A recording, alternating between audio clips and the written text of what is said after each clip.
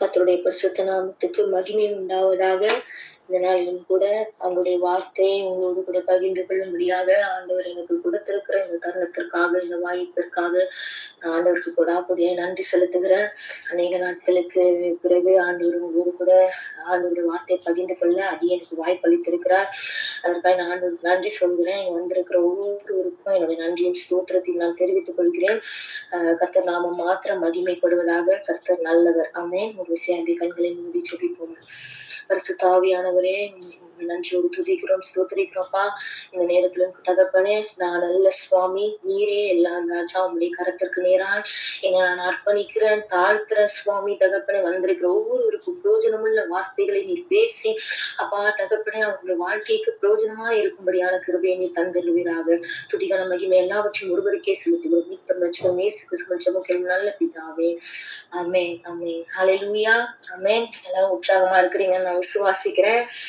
இந்த நாட்களையும் கூட நம்மளுடைய உலகத்திலையும் நம்மளுடைய தேசத்திலையும் சுற்றி நடந்து கொண்டு இருக்கிற ஒவ்வொரு சூழ்நிலையிலும் நம்ம பார்த்து கொண்டு இருக்கிறோம். கடைசி நாட்கள் நம்ம இருக்கிறோம். ஆமென். யாரெல்லாம் விசுவாசிக்கிறீங்க இந்த நாட்கள் கடைசி நாட்களா இருக்கிறது? இந்த கடைசி நாட்களுக்கு தேவையான வார்த்தை மன்னாவை ஆண்டவர் இன்றைக்கு நம்மளுக்கும் கூட கொடுப்பார் என்று நான் விசுவாசிக்கிறேன். எடுத்தவர்கள் வாசிக்கலாம். வெளிப்படுத்துதல் விசேஷம் 2ஆம் அதிகாரம் 5வது வசனம். நீ என்ன நிலைமையிலிருந்து விழுந்தாய் என்பதை நினைத்து மனம் திரும்பி ஆதியில் செய்த கிரியைகளை செய்வாயாக. இல்லாவிட்டால் நான் சீக்கிரமாய் உன்னிடத்தில் வந்து நீ மனம் திரும்பாத பட்சத்தில் உன் விளக்கு தண்டை அதனிடத்தில் நின்று நீக்கி விடுவேன். ஆமென், ஆமென். ஹல்லேலூயா. ஆகையால் நீ இன்ன நிலைமையில் இருந்து விழுந்தாய் என்பதை நினைத்து மனம் திரும்பி ஆதியில் செய்த கிரியைகளை செய்வாயாக அப்படின்னு சொல்லப்பட்டிருக்கு. இந்த இடத்துல பார்த்தோம்னா ஒரு மனுஷன் எந்த நிலையில ஒரு மனுஷன் விழுந்தான் என்பதை உணரணும், அறிந்து கொள்ளணும் அப்படின்னு சொல்லப்பட்டிருக்கிறது. இந்த நாட்கள்ல நாமும் இந்த நாட்கள்ல நம்மளுடைய வாழ்க்கையில எந்த காரியத்துல எல்லாம் இந்த நாட்கள்ல நம்ம விழுந்திருக்கிறோம் என்பதை உணர இன்றைக்கு ஆண்டவர் நம்மளை அழைத்திருக்கிறார். ஆண்டவர் அப்படியாக உங்களோடும் கூட என்னோடும் கூட இடைப்படுவாராக. இன்னைக்கும் நம்ம யோசிக்கலாம். நம்ம யோசிச்சு பார்த்தோம்னா நான் நல்லா தானே இருக்கிறேன் அப்படின்னு சொல்லி நம்ம யோசிக்கலாம். ஆனா ஒரு சில இடங்களில நமக்கு தெரியாமலேயே நம்ம உணர்வில்லாமலே நம்ம விழுந்திருப்போம்.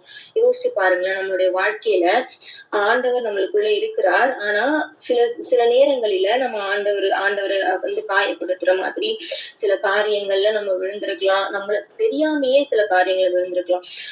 நம்ம அடிமைத்தனத்துல சிக்கி இருக்கிறது மாத்திரம் விழுகிற காரியம் இல்ல. வாழ்க்கையில சின்ன சின்ன விஷயங்கள் கூட நம்மளுடைய வாழ்க்கையில கோபப்படுற விஷயமா இருக்கட்டும், மற்றவர்களை பார்த்து பொறாமப்படுற விஷயமா இருக்கட்டும், இப்படியாக எக்ஸாம்பிளுக்கு இந்த மாதிரியான சின்ன சின்ன விஷயங்கள்ல கூட நம்ம விழுந்திருக்கிறவர்களா இருக்கலாம். நம்ம வாழ்க்கையில நம்ம பெர்ஃபெக்ட்டா இருப்போம் நம்ம நினைச்சிட்டு இருக்கலாம்.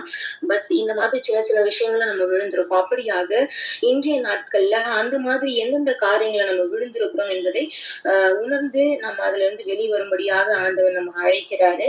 அதை உணர்ந்து அறிந்து நாம எழும்பணும்னு ஆண்டவர் விரும்புறாரு இந்த நாட்கள்ல. அப்போ இந்த இடத்துல யார பார்த்து ஆண்டவர் சொல்றாரு பாருங்க. மேல இருக்க ஒரு 2 வசனத்தை 3வது 4வது வசனத்தை வாசிக்கலாம்.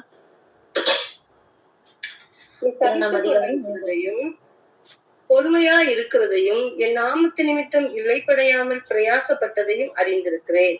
ஆனாலும் நீ ஆதியில் கொண்டிருந்த அன்பை விட்டாய் என்று உன் பேரில் எனக்கு குறையுண்டு. ஆமென். ஹல்லேலூயா. என் நாமத்தின் நிமித்தம் நீ என்ன பண்ற? சகிக்கிற, இலைப்படையாம சோர்ந்து போகாம பிரயாசப்படுற. ஆனாலும் உன் பேர்ல எனக்கு ஒரு குறை உண்டு என்று ஆண்டவர் இன்னைக்கு சொல்றாரு. அது என்ன குறை அப்படின்னா ஆதியில இருந்த அன்பை விட்டா என்கிற குறை. ஆமென். ஆதியில இருந்த அன்பை ஆண்டவருக்குள்ள அந்த ஆதியில இருந்த அன்பை நீ இன்னைக்கு விட்டு இருக்கிறியா அப்படின்ற அந்த ஒரு குறை ஆண்டவருக்கு இருக்கு. இன்னைக்கும் கூட நம்ம நல்லா வொர்ஷிப் பண்ணலாம், நல்லா பைபிள் படிக்கலாம், நல்லா மெசேஜ் கொடுக்கலாம், நம்ம நல்லா ப்ரேயர் பண்ணலாம். இப்படி நம்மளுடைய ஆவிக்குரிய வாழ்க்கையில நம்ம வெளியரங்கமா கூட நம்ம நல்லா பிரகாசிக்கிறவர்களா இருந்தாலும் அந்த ஆதி அன்பு நம்ம இடத்துல இன்னைக்கு இருக்கா அப்படின்னு யோசிச்சு பார்க்கணும். இதுல எல்லாத்துலயும் நம்ம பர்ஃபெக்ட்டா இருந்துட்டா நாம ஆண்டவர் பார்வையில நிறைவானவர்களா இருந்துட முடியுமா? யோசிச்சு பாருங்க. நான் நல்லா பைபிள் வாசிக்கிறேன், நான் நல்லா ப்ரேயர் பண்றேன், எல்லாமே பண்றேன். ஆனா அந்த ஆதி அன்பு எனக்குள்ள இல்ல அப்படின்னா, நான் ஆண்டவர் பார்வையில பெர்ஃபெக்ட்டான ஒரு ஆவிக்குரிய வாழ்க்கைய வாழ முடியுமா? ஆண்டவருடைய அன்புக்குள்ள இருந்தா மாத்திரம் தான். அந்த ஆதி அன்பு நம்மளுக்குள்ள இல்லன்னா, அவர் பார்வையில நம்ம குறைவுபட்டவர்களாக தான் இருப்போம். ஆமென். அந்த ஆதி அன்புனா என்ன? ஆண்டவரோடு கூட நம்ம இணைந்த அந்த முதல் நாள். யோசிச்சு பாருங்க. அப்படியே நம்ம நம்மளுடைய வாழ்க்கையில நம்ம திரும்பி பார்க்கும் பொழுது, அந்த இரட்சகரை உணர்ந்த அந்த முதல் நாள், நம்மளுடைய அனுபவம், நம்ம வாழ்க்கை, நம்முடைய ஜெபம், ஆண்டவர் மேல இருந்த அந்த தாகம், அந்த அர்ப்பணிப்பு, அந்த பிரதிஷ்டை நம்ம ஒரு ஒரு நாளும் ஆண்டவருக்குள்ள நம்ம போகும்போது நம்ம பிரதிஷ்டை பண்ணிருப்போம் ஆண்டவருக்குள்ள இல்லையா?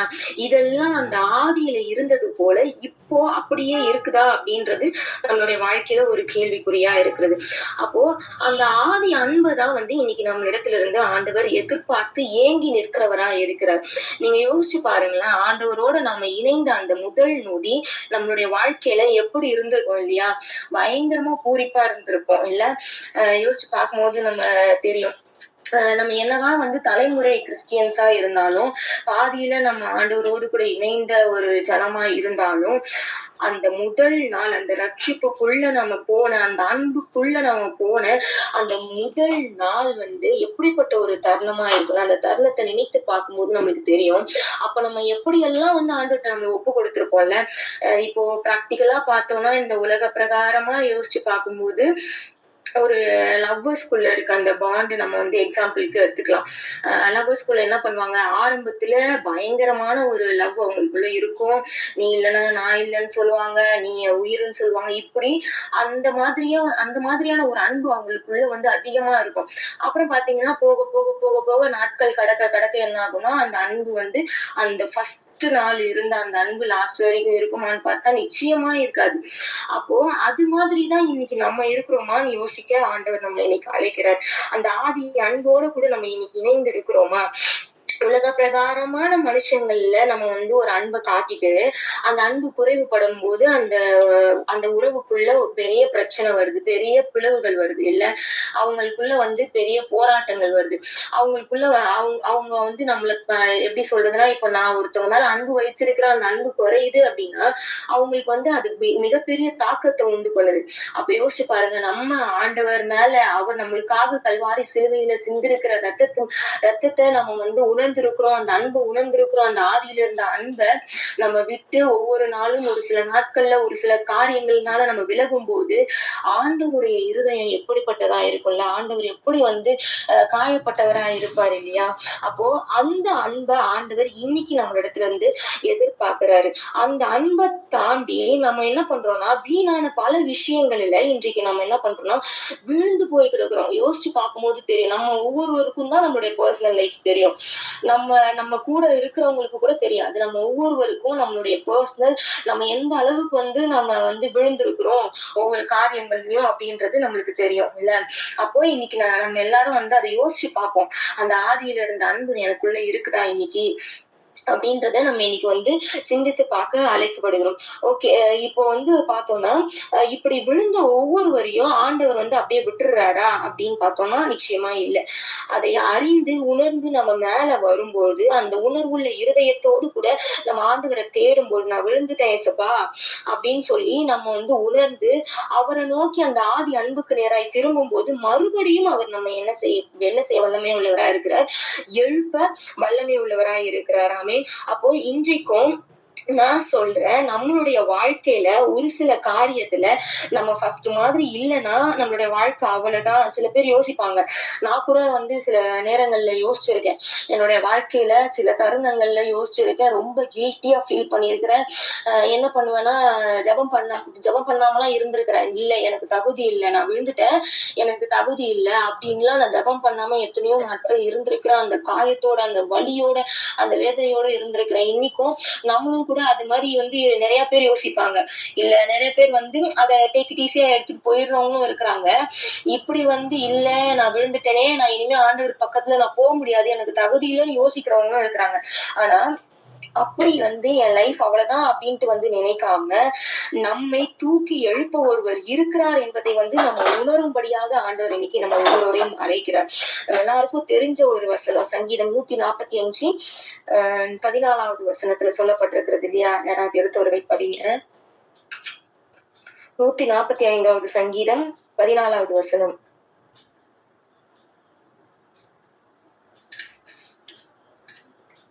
ஆமென். கேக்குதா? கர்த்தர் விழுகிற யாவரையும் தாங்கி மடங்கடிக்கப்பட்ட யாவரையும் தூக்கி விடுகிறார். ஆமென். ஹல்லேலூயா. இந்த வசனத்துல தெளிவா சொல்லப்பட்டிருக்கிறது, ஒருத்தர் விழுந்துட்டானா அப்படியே விட்டுட்டு போறவரா இல்லாம உணர்ந்து எழுந்து அவரிடத்துல வருகிற ஒவ்வொருவரையும் அவர் எழுப்ப ஆயத்தமா இருக்கிறார். விழுகிற யாவரையும் அவர் தாங்கி மடங்கடிக்கப்பட்ட யாவரையும் அவர் தூக்கி விடுகிறார் அப்படின்னு சொல்லப்பட்டிருக்கிறது. அப்படியாக நம்மை தூக்கி விட அவர் இருக்கின்றார். அதனாலதான் அதனாலதான் என்ன பண்றாருன்னா, ஆண்டவர் நம்ம எழும்பணும்னு விரும்புறாரு. ஏன்னா அவர் நம்ம கூட இருக்கிறாரு இல்லையா. ஏசப்பா நம்மளுடைய வாழ்க்கையில இல்லைன்னா நம்ம அப்படியே போயிடலாம். பட் நமக்காக நம்ம ஒருவருக்காக அவர் ஒருவர் இருக்கிறார். ஹல்லேலூயா. அப்போ நம்ம மறுபடியும் எழும்பி வரணும்னு தான் அவர் விரும்புறாரு. யோசிச்சு பார்க்கும்போது தெரியும், நம்ம ஆதியில இருந்த அந்த ஜெபம் இன்னைக்கு இப்போ நம்மளுக்கு அப்படியே இருக்குதா? அந்த ஆதியில இருந்த அந்த ஆராதனை செய்கிற வைராக்கியம் நம்மளுக்குள்ள இருக்குதா? சுவிசேஷ பாரம் நம்மளுக்குள்ள இன்னைக்கு இருக்கா? அந்த ஆதியில இருந்த ஊழிய தாகம், அந்த பொறுமை, அந்த விசுவாசம், அந்த வைராக்கியம், ஆண்டவர் மேல இருந்த அந்த வைராக்கியம், அந்த பரிசுத்தம், அந்த அபிஷேகம், ஆதியில செயல்பட்ட அந்த வல்லமை வரங்கள் இன்னைக்கு நம்ம கிட்ட இருக்கா? தாழ்மை இருக்கா? நம்மளிடத்த சாந்த குணம் இருக்கா? பொறுமை இருக்கா? இதெல்லாம் இருக்கா? இந்த நாள்ல எல்லாவற்றையும் சோதித்து பார்க்க இன்றைக்கு நம்ம அழைக்கப்படுகிறோம்.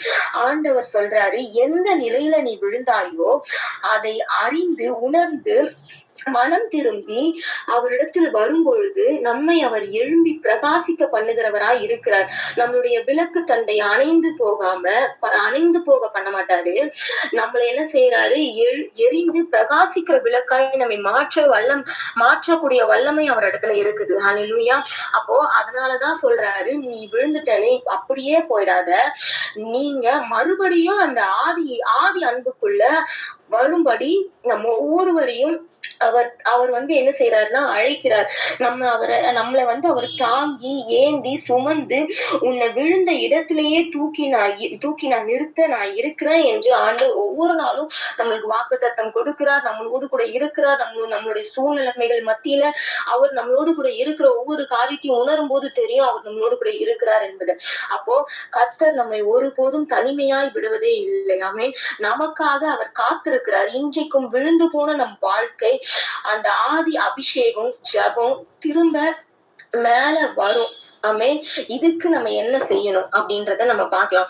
விழுந்து கிடக்கிற நம்மளுடைய ஆதி அன்பை மேல வரத்துக்கு என்ன நம்ம செய்யணும் அப்படின்றத நம்ம தொடர்ச்சியா பார்க்கலாம். வாசிக்கலாம். 2 ராஜாக்கள் 6ஆம் அதிகாரம் 1-7வது வசனம் வரை. 2 ராஜாக்கள் 6:1-7 முடிய. ஹல்லேலூயா. தீர்க்கதரிசிகளின் புத்திரர் எலிசாவை நோக்கி, இதோ நாங்கள் உம்முடன் குடியிருக்கிற இந்த இடம் எங்களுக்கு நெருக்கமாய் இருக்கிறது.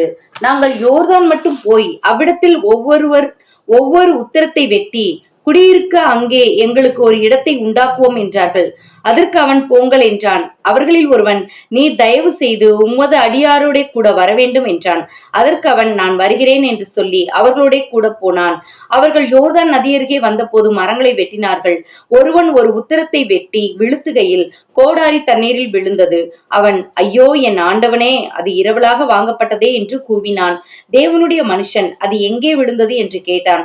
அவன் அந்த இடத்தை காண்பித்த போது ஒரு கொம்பை வெட்டி அதை அங்கே எரிந்து அந்த இரும்பை மிதக்க பண்ணி அதை எடுத்துக்கொள் என்றான். ஆமென். ஆமென். ஹல்லேலூயா.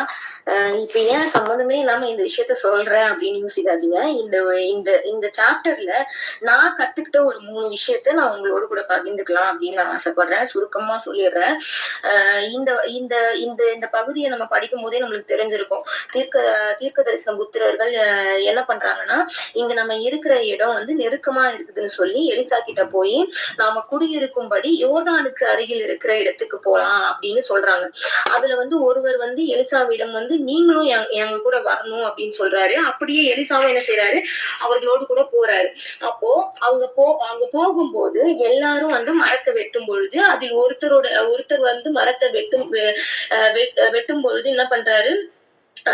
வெட்டி வீழ்த்தும் போது தன்னுடைய கோடாரி என்ன செய்யறாரு, தண்ணீர்ல போட்டுடுறாரு. அப்போ அவரு சொல்றாரு, ஐயோ ஆண்டவனே, நான் வந்து அது இரவலா வந்து வாங்கிட்டு வந்தனே என்று கூவினான் என்று இருக்குது. அப்போ எலிசா என்ன செய்யறாரு, எங்கே விழுந்தது என்று கேட்டாரு. அப்போ பாத்தீங்கன்னா அவர் அந்த இடத்தை காட்டின போது அவர் ஒரு மரத்துண்டை வெட்டி எறிந்து அந்த இரும்பை வந்து அவர் மிதக்க பண்ணினார், அதை எடுத்துக்கொண்டு என்று சொன்னார் அப்படின்னு சொல்லிட்டு இந்த 7 வசனத்தினுடைய காரியம் வந்து சொல்லப்பட்டிருக்கு. 7 வசனத்துல இதான் கூறப்பட்டிருக்கு. அப்போ இப்போ இதுல ஆண்டவர் என்னோடு கூட இடைப்பட்ட ஒரு 3 காரியத்தை உங்களோடு கூட சொல்ல விரும்புகிறேன். நீரில் விழுந்து போன அந்த கோடாரி யாரிடம் இருந்து விழுந்ததோ அவரிடமே வந்து என்ன செய்து திரும்பி வந்தது இல்ல. அது போலதான் இன்னைக்கு நம்மளுடைய வாழ்க்கையில ஆண்டவர் கரத்திலிருந்து நம்ம விழுந்த நாம ஆண்டவர் கைக்கே திரும்ப அந்த ஆதி அன்புக்கு நேராக செல்ல நம்ம செய்ய வேண்டிய ஒரு 3 காரியங்களை பத்தி நம்ம பார்ப்போம். முதலாவதாக பார்த்தோம்னா 3வது வசனத்துல சொல்லப்பட்டிருக்கிறது. 3வது வசனத்தை படிக்கலாம். அவர்களில் ஒருவன், நீர் தயவு செய்து உமது அடியாரோடே கூட வர வேண்டும் என்றான். அதற்கு அவன், நான் வருகிறேன் என்று சொல்லி அப்படின்னு சொல்லப்பட்டிருக்குது. அந்த மனுஷன் அவனுடைய ஆவிக்குரிய தகப்பனை, அதாவது எலிசாவை பார்த்து சொல்றாரு, நீர் தயவு செய்து என்னோடு கூட உமது அடியாரோடு கூட வர வேண்டும் என்றான். ஆமென். அப்போ முதல் நம்ம என்ன செய்யணும்னா, எப்பொழுதும் அவரோடு இருக்க பிரயாசப்படணும். இந்த இடத்துல பார்த்தோம்னா அந்த ஆவிக்குரிய தகப்பனோடு கூட அந்த மனிதன் என்ன பண்ணணும்னா இருக்கணும்னு என்ன செய்யறான், விரும்புறான். அப்போ இன்றைக்கும் நாமும் நம்மளுடைய பரம தகப்பனை பார்த்து எல்லா காரியத்திலையும் நீங்க வரணும்பான்னு கேட்போமா? நீங்க யோசிச்சு பாருங்க. என்னோட எல்லா காரியத்திலையும் நம்மளுடைய சின்ன ஒரு விஷயமா இருந்தாலும் சரி, அதுல நீங்க இருக்கணும் ஏசப்பா நம்ம விரும்புறோமா, நம்ம வந்து ஆண்டவரை முன்னிறுத்துறோமா அப்படின்றது நம்ம சிந்திக்க வேண்டிய காரியமா இருக்கிறது. அப்போ அவர் நம்மோடு கூட வரும்படி அழைத்து நாம ஒரு காரியத்தை செய்வோமானால் நம்மை அவர் விழ பண்ணாமல் தாங்குகிறவராய் இருக்கிறார். ஆண்டவரை முன்னிறுத்தி சாட்சியா சொல்ல முடியும். ஆண்டவரை முன்னிறுத்தி நம்ம ஒரு காரியம் செய்யறோம் அப்படின்னா அதுல ஆண்டவர் நம்மளை வெட்கப்பட்டு போக விட மாட்டார். ஆமே. எப்பொழுதும் வந்து நம்ம ஆண்டவரோடு கூட இருக்க பிரயாசப்படணும். அவரோடு கூட அவருடைய அன்போடு கூட நம்ம இருக்க பிரயாசப்படணும். அப்படிப்பட்ட பிரயாசம் நம்மளுக்கு இருக்குதா? இந்த உலகத்தில் உள்ள ஆசைகள், இந்த உலகத்தில் உள்ள காரியங்களோடு கூட நம்ம இருக்கணும்னு ஆசைப்படுறோம். ஆனா எப்பொழுதும் நம்ம ஆண்டவரோடு கூட இருக்கணும்ட்டு அந்த ஃபர்ஸ்ட் ப்ரையாரிட்டி நம்ம ஆண்டவருக்கு இந்த நாட்கள்ல கொடுக்கிறோமா அப்படின்றத நம்ம இன்னைக்கு யோசிச்சு பார்க்கணும். நம்ம வந்து நல்லா ப்ரேயர் பண்றோம் அப்படின்றதுக்காக, நல்லா பைபிள் வாசிக்கிறோம் அப்படின்றதுக்காக நம்ம ஆண்டவருக்கு முதல் இடம் கொடுக்குறோமா அப்படின்னா நிச்சயமா இருக்கிறது இல்ல. சில நேரங்களில நம்ம என்ன செய்யறோம்னா உலக பிரகாரமா வந்து செயல்பட்டுறோம். உலக பிரகாரமா வந்து நம்ம என்ன பண்றோம்னா உலக பிரகாரமான ஆட்களுக்கு முதலிடம் கொடுத்துடுறோம். ஆனா இன்றைக்கு நம்ம அவருக்கு தான் முதல் முக்கியத்துவம் நம்மளுடைய வாழ்க்கையில கொடுக்கணும். ஆமீன். ஏன்னா இந்த வாழ்க்கை வந்து நம்மளுக்கு டெம்பரவரியான வாழ்க்கை. பர்மனண்டான வாழ்க்கையை நோக்கி நம்ம செல்லும் பொழுது ஆண்டவர் மாத்திரமே நம்மளுடைய வாழ்க்கையில முதலிடமா இருக்கணும். அப்போ எப்பொழுதும் அவரோடு இருக்க நம்ம பிரயாசப்படணும். நம்ம வந்து பாட்டு பாடுறோம் இல்லையா, அன்பான தேவன் என்னோடு வருவார், அது போதும் என் வாழ்விலே அப்படின்னு நம்ம பாடுறோம். அப்ப அன்பான தேவன் என்னோடு வருவார், அந்த ஒரு தருணம் எனக்கு